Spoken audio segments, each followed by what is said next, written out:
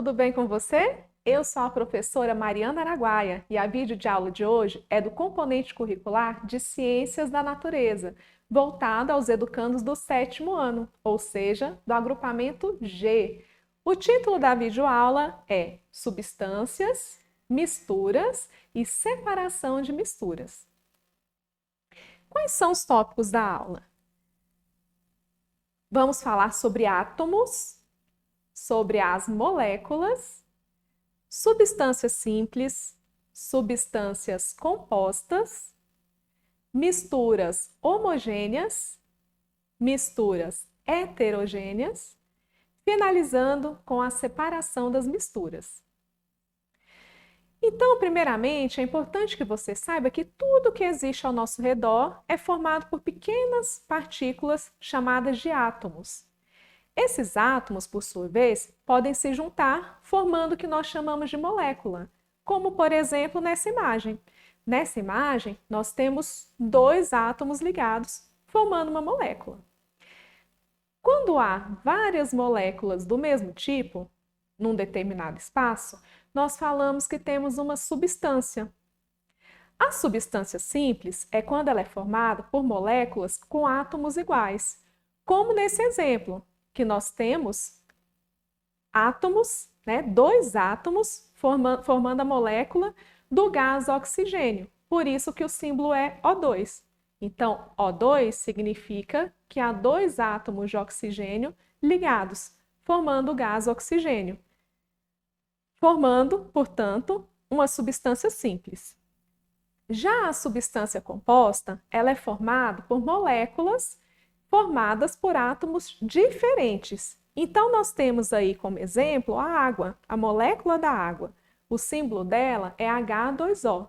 Significa, portanto, que há dois átomos de hidrogênio e um átomo de oxigênio na molécula da água. Mas será que a água que a gente bebe, a água engarrafada, a água mineral, é uma substância? Ou será que ela é uma mistura? Mistura é a junção de duas ou mais substâncias. No caso da água que nós bebemos, ela não é formada somente por moléculas de H2O. Ela é formada por substâncias, por exemplo, como bário, como cálcio, dentre outras substâncias, fazendo com que se tenha, então, uma mistura. Quando essa mistura ela tem somente uma fase, ou seja, quando a gente observa e percebe como se houvesse somente um componente ali, nós falamos que é uma mistura homogênea. Como, por exemplo, a própria água mineral, a água do mar, o ar, o leite, o café com leite, ou, por exemplo, um suco. Nós olhamos ali no copo e vemos somente uma única fase, somente como se houvesse um único componente ali.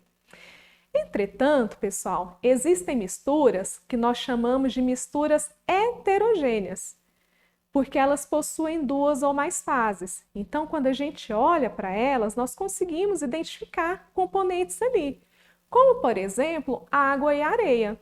Observe a figura. Nessa figura, nós conseguimos identificar muito bem uma fase contendo água e outra fase ali contendo areia.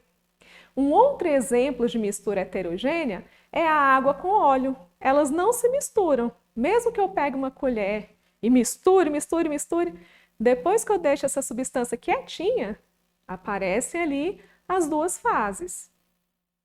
E a água com gelo? Será que ela pode ser considerada uma substância heterogênea? Pode, porque eu consigo identificar dois componentes diferentes ali na mistura. Um outro exemplo também de mistura heterogênea é o próprio granito. Se eu observo uma pedra de granito, eu consigo perceber que os minerais eles não estão ali homogeneamente. Há regiões mais escuras, há regiões mais claras, então eu posso considerar como uma mistura heterogênea. Mas, e aí, né? Nós conhecemos então as misturas, nós sabemos o que é uma substância, mas e numa situação em que eu preciso separar essas misturas? O que eu posso fazer? Aí existem técnicas de separação de misturas que podem ajudar no nosso dia a dia.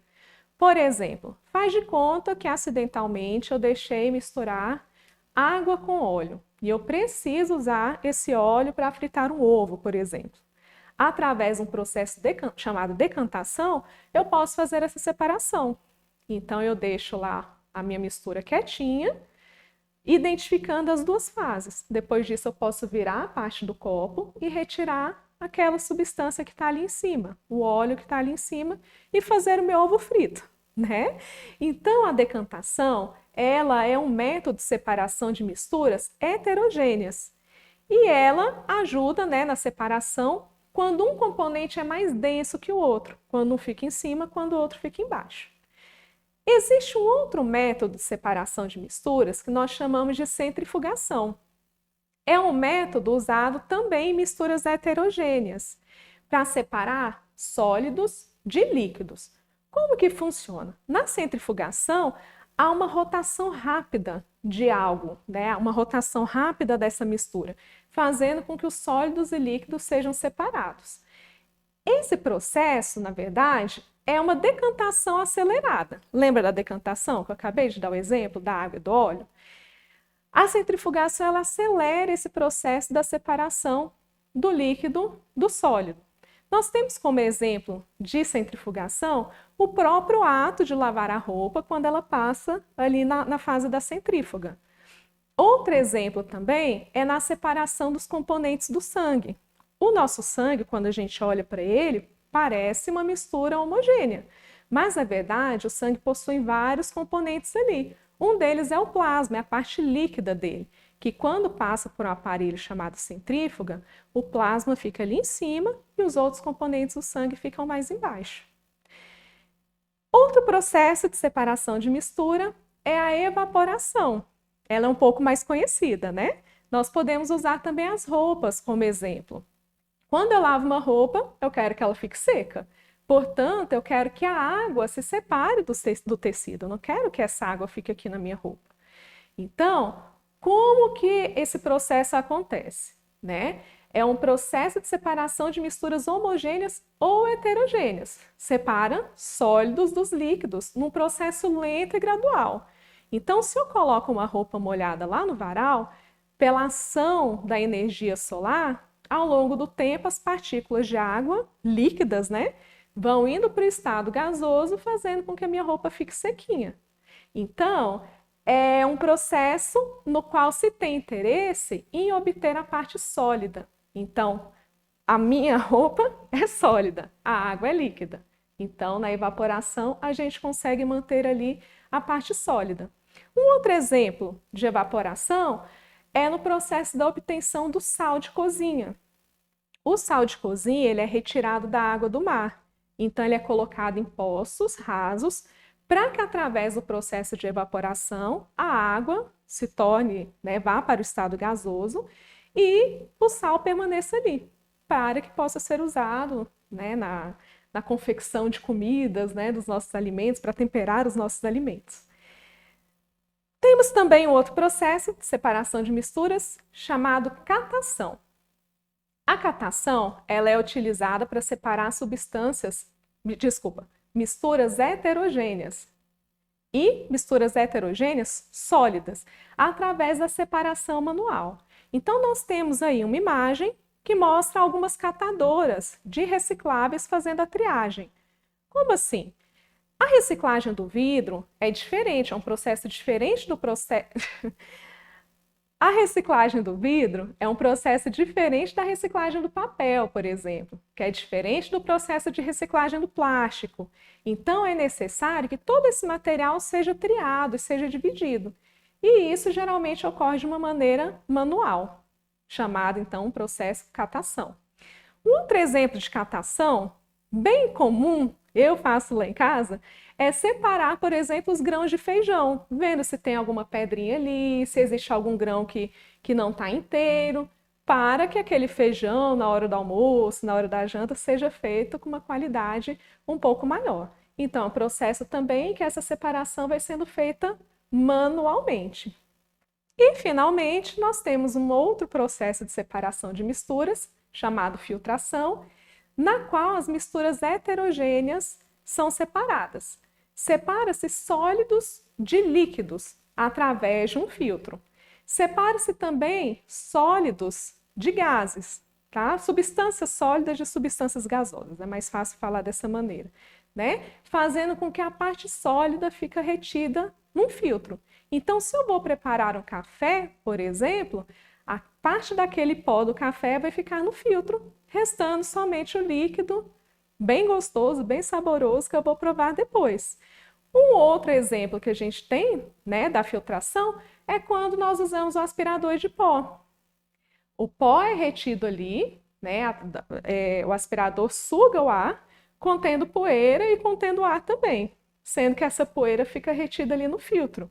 Então, esse também é um exemplo desse processo chamado de filtração, tá bom? Então, sobre o que nós falamos hoje? Vamos fazer uma revisão sobre o tema de hoje. Primeiramente, é importante que você saiba, que você nunca mais se esqueça de que tudo que existe ao nosso redor é formado por essas partículas bem pequenas, minúsculas, bem difíceis de serem identificadas, chamadas átomos.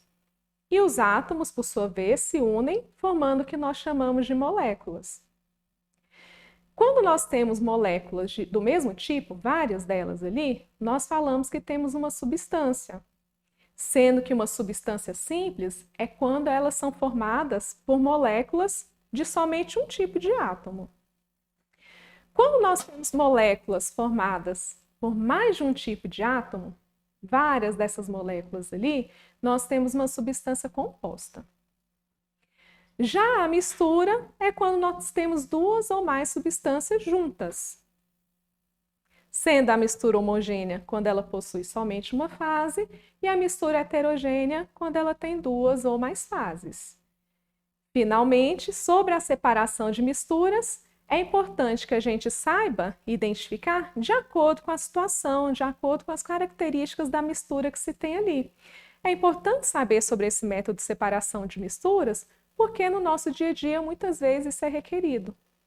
Então, eu gostaria de agradecer a sua presença aqui comigo. Encontro você na próxima aula. Um forte abraço e cuide-se!